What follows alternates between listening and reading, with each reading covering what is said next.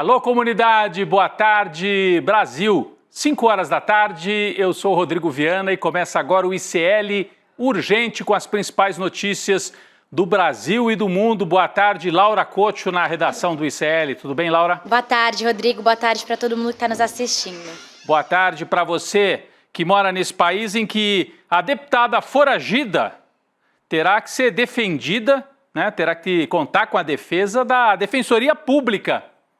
A Carla Zambelli ficou sem advogado, pode ficar sem mandato, não tem apoio da família Bolsonaro e está anunciando que vai se esconder em algum lugar entre o Coliseu Romano e os pickpockets que atuam nas movimentadas avenidas italianas. Sabe aquele meme que ficou famoso aí na internet? Attenzione, pickpocket!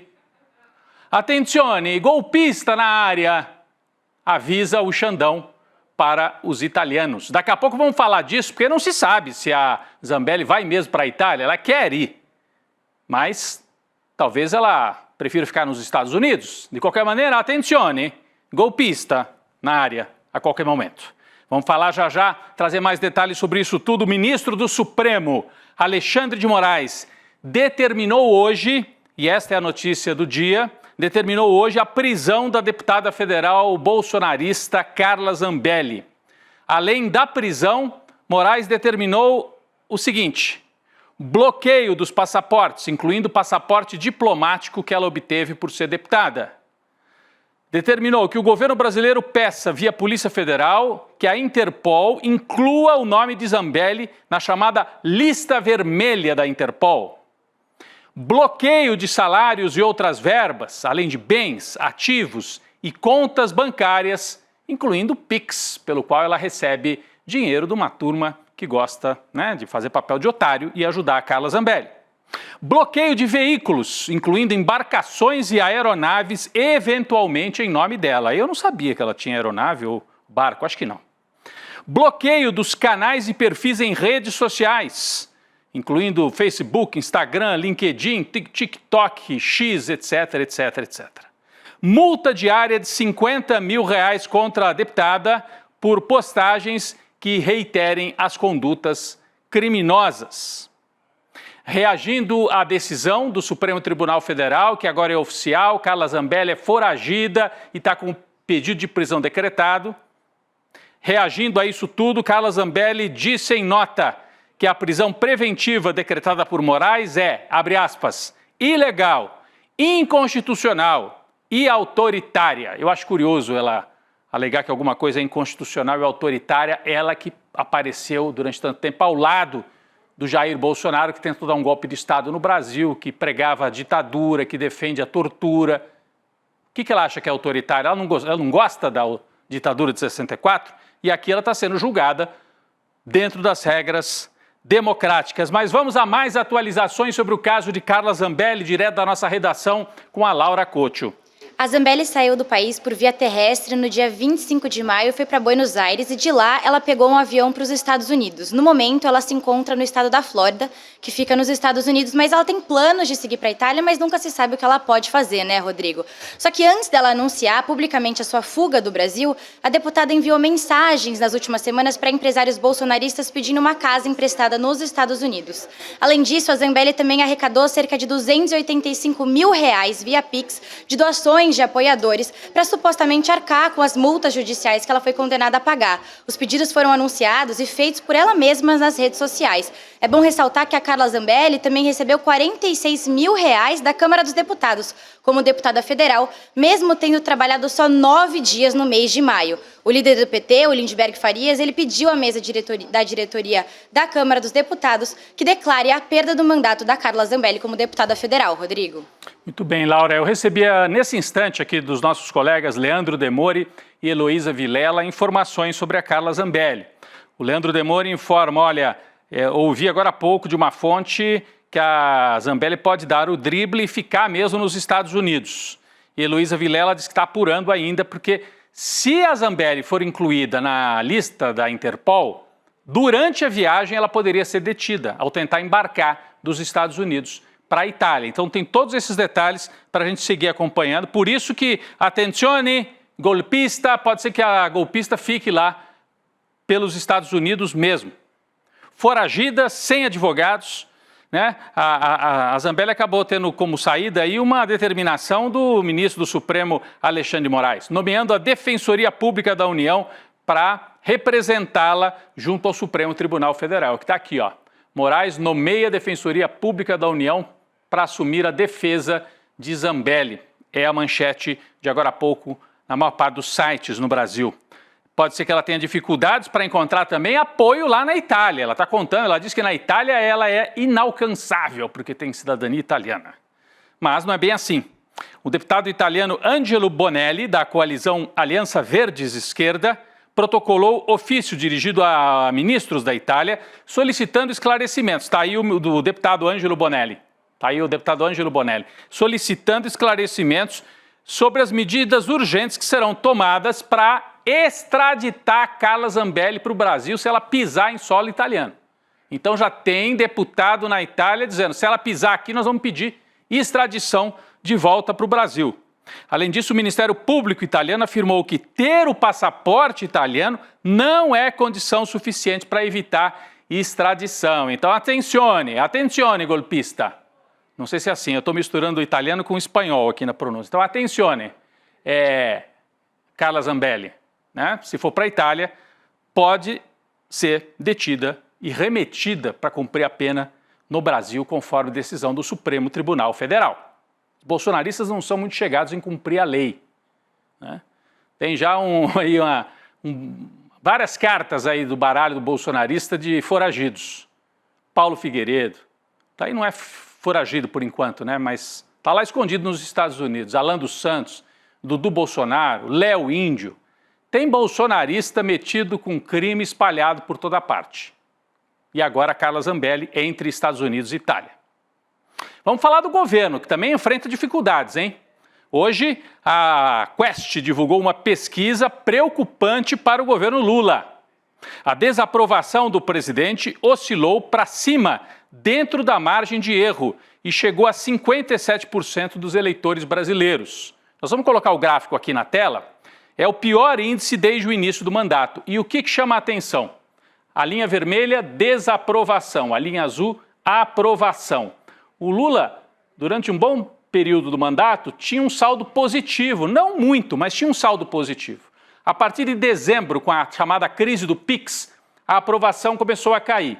Em março e abril, esta crise foi estancada e dava a impressão que o Lula ia começar a se recuperar. Em algumas outras pesquisas, ele até se recuperou um pouco. A Quest mostra que parou de se recuperar e, né, tem a boca do jacaré aberta aqui com mais desaprovação do que aprovação. Então é algo preocupante para o governo. A gente tem vários fatores que podem ajudar a explicar esse resultado. Laura Couto traz mais detalhes sobre isso. Laura. Rodrigo, o diretor da Quest, o Felipe Nunes, ele disse que esses números representam uma estabilidade. Isso é resultado de uma série de medidas que, em tese, são aprovadas pela população, como a isenção do imposto de renda até quem ganha R$5 mil, o novo Vale Gás ou a isenção da conta de luz para os inscritos no CadÚnico. Só que, por outro lado, houve um estancamento desses efeitos positivos que eu citei, principalmente por conta do escândalo do INSS, do aumento do preço dos alimentos e esse conflito do IOF que tem acontecido nessas últimas semanas. Para 31% da população, o governo Lula é o principal responsável por esse desvio do dinheiro dos aposentados, enquanto o Bolsonaro é responsável só para 8% da população. Sobre o IOF, 50% dizem que o governo errou ao manter o aumento para a compra de dólares, Rodrigo. Então é isso, a Laura trouxe aqui. O governo Lula estava começando a se recuperar apostando em economia, né? Aprovar a isenção para quem ganha até R$5 mil, controlar a inflação. Aí veio o escândalo do INSS. E isso respingou sim no Lula. Não digo que ele desabou, mas parou a recuperação que poderia estar se consolidando, até porque a economia deu uma melhorada, né? O emprego melhorou, nós temos a menor taxa de desemprego da história, mas tem essa crise no INSS, né? Essa denúncia no INSS. E tem uma imagem difusa de que esse é um governo que aumenta imposto, que faz taxa para cá, taxa para lá, IOF, teve a história da taxa das blusinhas, teve a história do PIX. Então tem uma história, você conversa com as pessoas na rua, isso está aí, ó. A direita conseguiu consolidar isto parcialmente, eu diria. Colou mais no Haddad do que no Lula. E o Lula está tentando sair desta posição, por isso que resolveu negociar a história do IOF para tentar reverter esta imagem, né? Então, vamos continuar acompanhando, mas é um sinal amarelo em relação ao governo Lula, justo no momento em que ele precisa preparar o palanque para 2026. Vamos voltar a falar do STF, porque hoje o Supremo Tribunal retomou o julgamento sobre a responsabilização das redes sociais por conteúdos ilegais postados pelos usuários. O julgamento havia sido suspenso em dezembro do ano passado, após um pedido de vista do ministro André Mendonça, o terrivelmente evangélico nomeado pelo Bolsonaro. A Corte julga a constitucionalidade ou não do artigo 19 do Marco Civil da Internet, para dizer se as plataformas só são obrigadas a apagar conteúdos dos usuários se houver um pedido judicial, porque hoje é isso. Se houver pedido judicial, elas são obrigadas a apagar.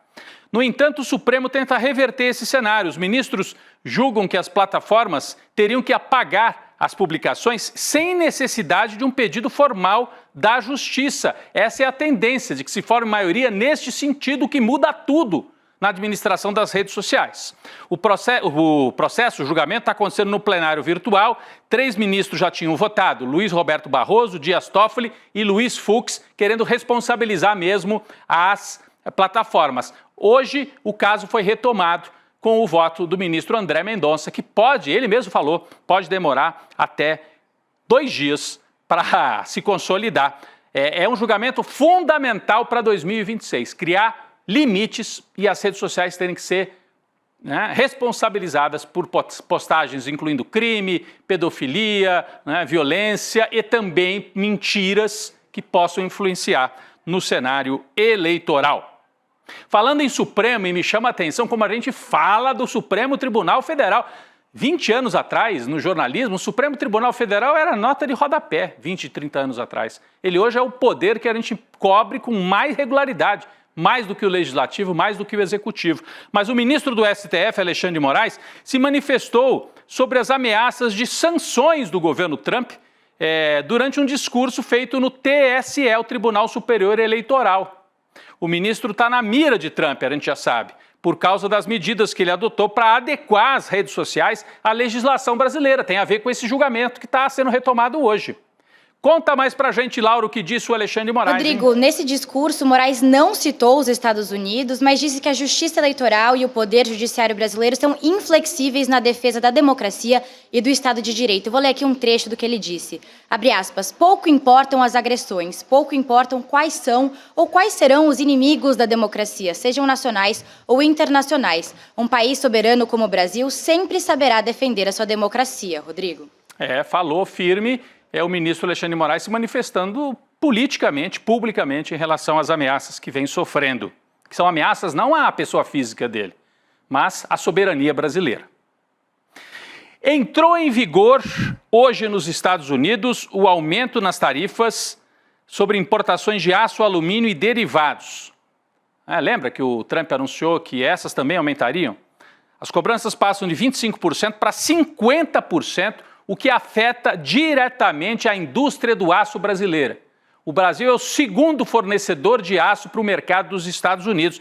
Com certeza vai afetar as exportações da siderurgia brasileira. Trump afirma que o objetivo das cobranças é garantir a segurança nacional. Você lembra que no passado os economistas neoliberais aqui no Brasil falavam não, os países têm que se abrir totalmente, essa história de segurança nacional, de defender setores da economia, isso está fora de moda. O Trump não acha e está querendo defender a economia dos Estados Unidos. O Reino Unido, a Inglaterra, que recentemente chegou a um acordo comercial com os norte-americanos, é a única exceção nesse tarifaço que vai atingir o setor do aço. Para os ingleses, a tarifa continua em 25%. O Brasil precisa entrar nessa negociação.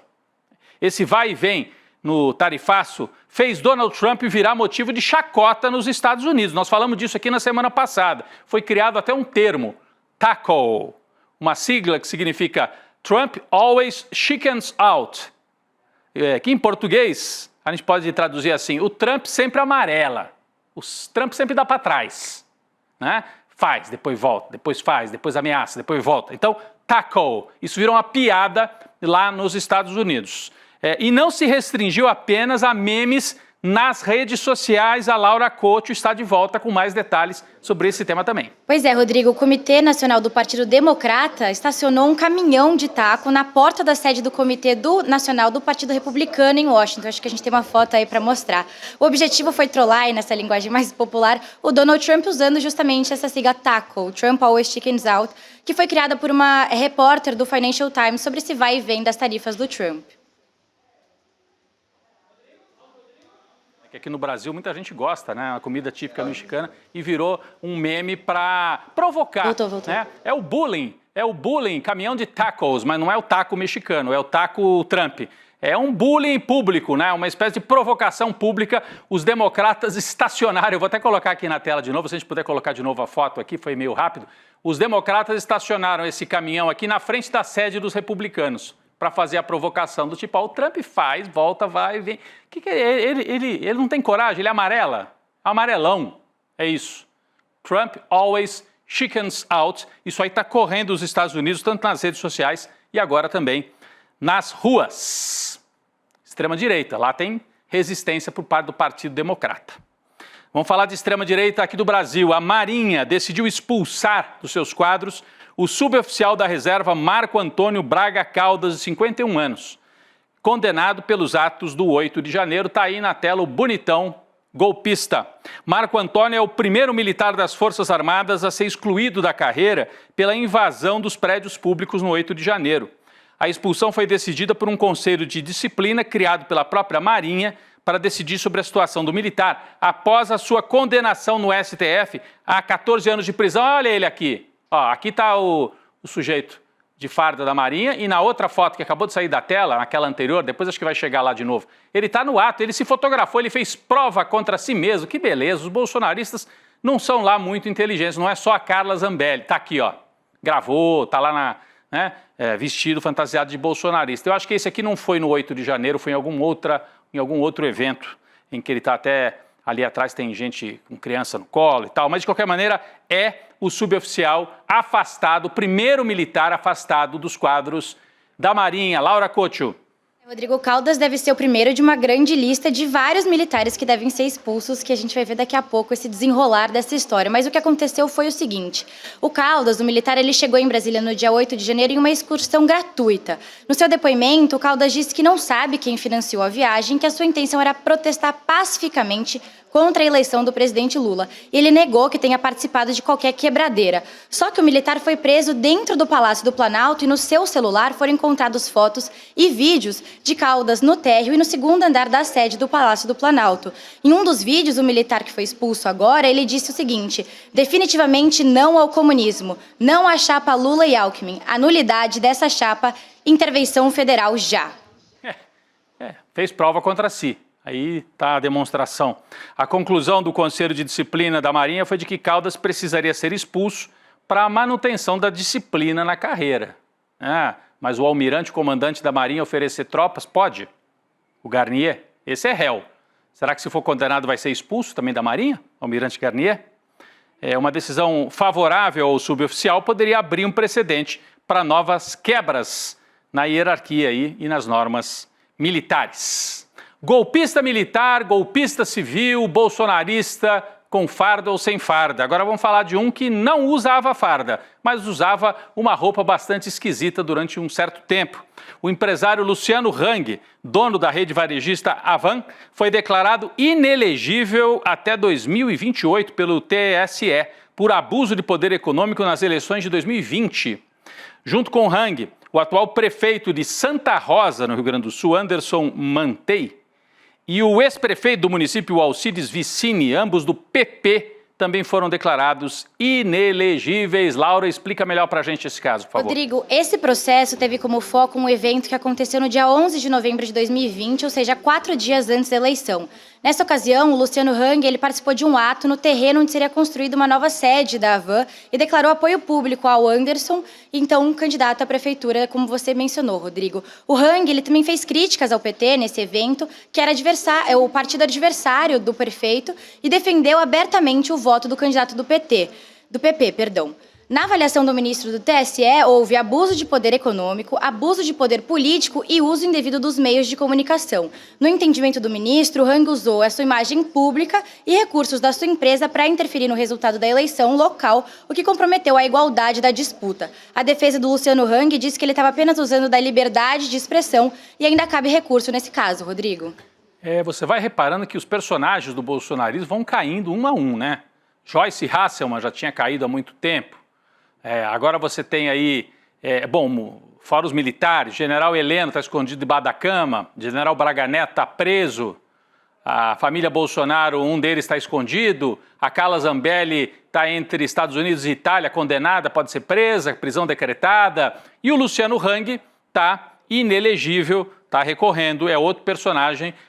O Jair Bolsonaro mantém muito poder, muita força, mas vai sendo desmontado, né? As cartas ali do bolsonarismo, né? Todas as cartas vão sendo rasgadas, vai sobrando pouca gente aí nesse baralho do golpismo e da extrema-direita. Vamos falar sobre a gripe aviária, importante para a economia brasileira, para as exportações e também para o consumo interno, né? Hoje o ministro da Agricultura e Pecuária, o Carlos Fávaro, afirmou numa coletiva de imprensa que o foco de gripe aviária na cidade de Montenegro, Rio Grande do Sul, foi contido, boa notícia, e que a doença não se espalhou para fora daquela granja onde foram detectados alguns casos. Esse episódio lá em Montenegro aconteceu há 3 semanas e foi o primeiro a ser registrado numa granja comercial no país. Laura Couto atualiza para a gente. Rodrigo, de acordo com o ministro Carlos Fávaro nesta coletiva, o país está num vazio sanitário há 14 dias. Isso significa que fazem 14 dias desde o término da desinfecção dessa granja em Montenegro, sendo que nenhuma outra morte foi registrada, morte de animais. Para a segurança, o prazo para esse vazio sanitário é de 28 dias. Isso significa que, caso não se conforme nenhum outro caso de gripe aviária nos próximos 14 dias, o Brasil pode se declarar livre da gripe aviária a partir do dia 18 de junho e negociar o fim dos embargos dos países que impuseram aí ao frango. Ou seja, em teoria, só para reforçar, a partir do dia 18 de junho o Brasil pode voltar a ser considerado livre da gripe aviária.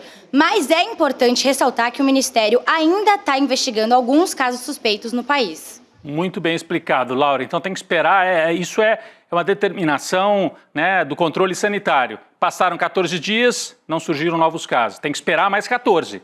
E fora isso, investigar denúncias, suspeitas, né, de que podem ou não ter surgido casos ali no entorno, principalmente na região lá do Rio Grande do Sul, na região sul do Brasil. Mas por enquanto a boa notícia é que não surgiram. Até agora, nos primeiros 14 dias, não surgiram. A partir de meados de junho, se tudo der certo, o Brasil fica livre e está liberada de novo a exportação de frango para o exterior e o consumo, né, sem grande preocupação também aqui internamente. Guerra Rússia-Ucrânia. Hoje, o presidente da Rússia, Vladimir Putin, acusou a Ucrânia de realizar ataques contra pontes nas regiões de Briansk e Kursk no último fim de semana. O colapso das estruturas, a gente tem imagens aqui dos ataques, deixou ao menos 7 mortos e 115 feridos. Aqui já são ataques em áreas civis, né? Segundo Putin, as ações foram ataques terroristas direcionados à população civil e que tinham como objetivo sabotar as negociações de paz. Será que um novo acordo de cessar-fogo está ameaçado, Laura, depois dessa fala do Putin? Rodrigo, esse é um novo vai e vem que parece que não tem fim. Segundo a agência de notícias Reuters, o presidente russo Vladimir Putin, ele questionou o fato da Ucrânia querer um cessar-fogo, mas continuar realizando ataques contra a Rússia. Eu vou ler aqui um trecho do que ele disse. Eles, os ucranianos, estão pedindo uma reunião de cúpula de líderes, mas como tais reuniões podem ser realizadas nessas condições? O que há para discutir? Como podemos negociar com aqueles que dependem do terror? Vale lembrar, Rodrigo, que na última segunda-feira, delegações da Rússia e da Ucrânia se reuniram em Istambul, na Turquia, para discutir propostas de cessar-fogo, mas o máximo que eles conseguiram foi troca de prisioneiros. O Putin ainda disse que qualquer cessar-fogo seria simplesmente usado pela Ucrânia para reabastecer aí com armas ocidentais. É um impasse, né? Parece que as negociações estão num impasse e a Rússia exigindo que a Ucrânia ceda definitivamente, aceite, né, que todo o leste ucraniano passe ao controle russo oficialmente, porque já está militarmente ocupado o leste da Ucrânia e também a península da Crimeia. Esse é o resultado da guerra até agora.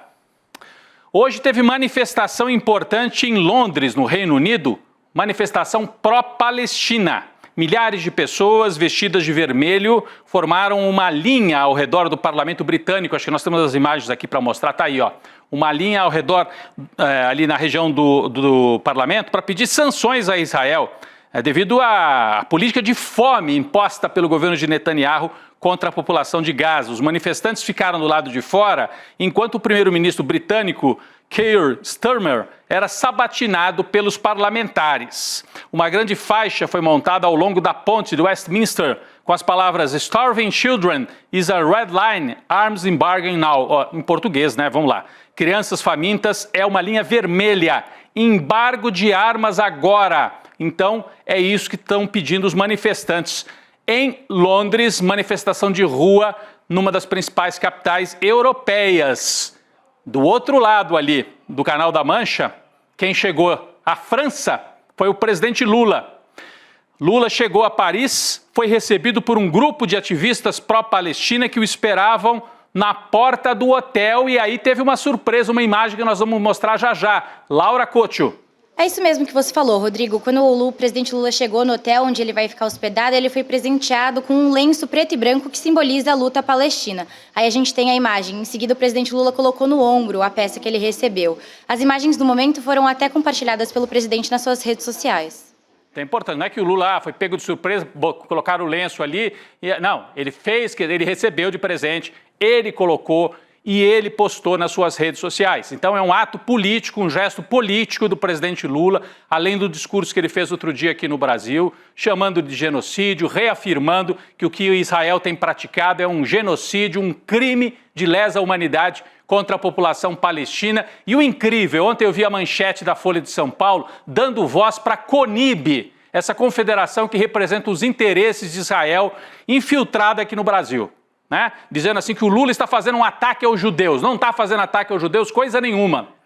Quem diz que tem genocídio não está atacando os judeus. Está dizendo que Israel é um Estado criminoso. Isso não é atacar os judeus. Isso não é atacar os judeus. Quem está promovendo o genocídio é o Estado de Israel, e as palavras e os fatos têm que ser levados em conta. É isso, o Lula colocou o símbolo palestino lá durante sua estadia em Paris, um importante gesto simbólico neste momento. Uma nota triste para a ciência brasileira. A arqueóloga Niede Guidon morreu hoje aos 92 anos. Você vai falar, quem é? De quem que você está falando? Está aqui a fotografia. Se você não conhece, pesquisa melhor a história da Niede Guidon. Ela dedicou sua carreira à pesquisa arqueológica, principalmente na região da Serra da Capivara, ali em São Raimundo Nonato, no interior do Piauí. Eu estive lá há uns 5, 6 anos, é um dos lugares mais impressionantes que eu já fui na minha vida. E o trabalho desta mulher e de toda a equipe que ela formou ali, impressionante e digno de muitos aplausos. Foi nesse parque que Niede descobriu, na década de 70, pinturas rupestres, que são consideradas as mais importantes dos primeiros seres humanos a habitarem a América do Sul. Após a descoberta dela, a compreensão sobre a presença do homem na América do Sul e, portanto, o percurso que ele fez no planeta na chamada era pré-histórica, mudou para sempre. Novas teorias foram feitas. Aquela ideia de que o homem pode ter surgido aqui nas Américas. Isso é um debate que existe entre os arqueólogos. Por conta disso, o Parque Nacional da Serra da Capivara ficou conhecido por ser um dos mais importantes sítios arqueológicos do mundo. É hoje considerado um patrimônio cultural da humanidade pela Unesco e é de visitação relativamente fácil. Turista pode ir lá conhecer, está tudo aberto para o público e muito bem preservado. É sensacional. A Niede foi responsável também pela fundação do Museu do Homem Americano, que fica por ali, e lutou por décadas para proteger e divulgar a riqueza arqueológica do Brasil. Infelizmente se foi, mas deixou uma grande obra. A gente se despede, parabeniza a Niede, uma vida bem vivida e uma obra sensacional deixada para o Brasil e para o mundo. Parabéns, Niede Guidon.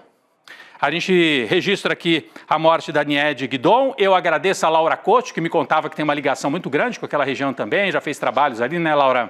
Sim, Rodrigo. Já trabalhei num projeto social que tem atuação ali na São Raimundo Nonato, na Serra da Capivara. Lugar muito bonito, né, Laura? Vale a pena a visitação, né? Vale muito a pena visitar. É isso aí, gente. Obrigado mais uma vez a Laura e obrigado a todas e todos que nos acompanharam. Pessoal, a gente tem muito o que comemorar aqui no ICL e hoje é dia, hein?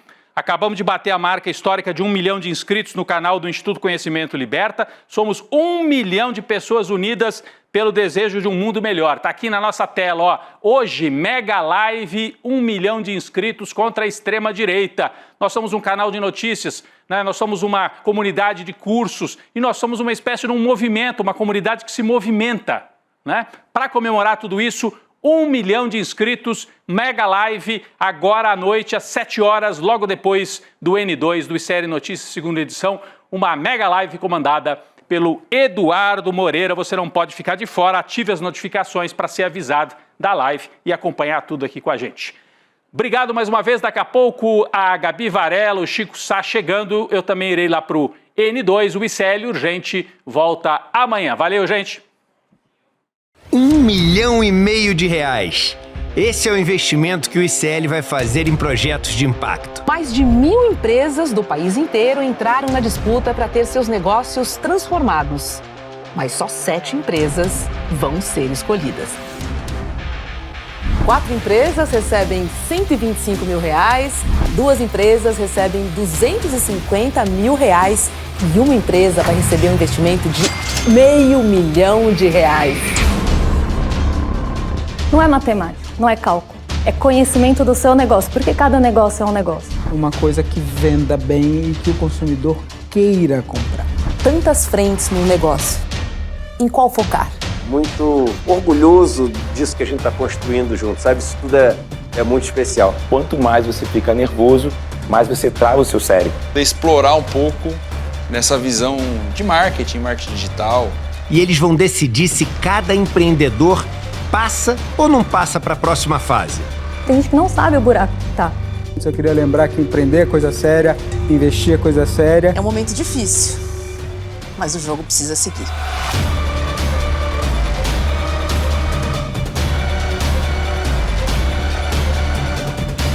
Topa ou não topa negociar com a gente?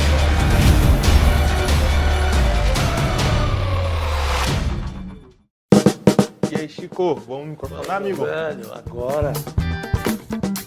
Rapaz, que estampa é essa, rapaz? Gostou? Pô, comprei na loja de CL. Pô, entrar agorinha. Vista a coragem. Leve a luta com você. Camisetas da comunidade mais corajosa do Brasil. Acesse souicl.com.br e garanta já a sua.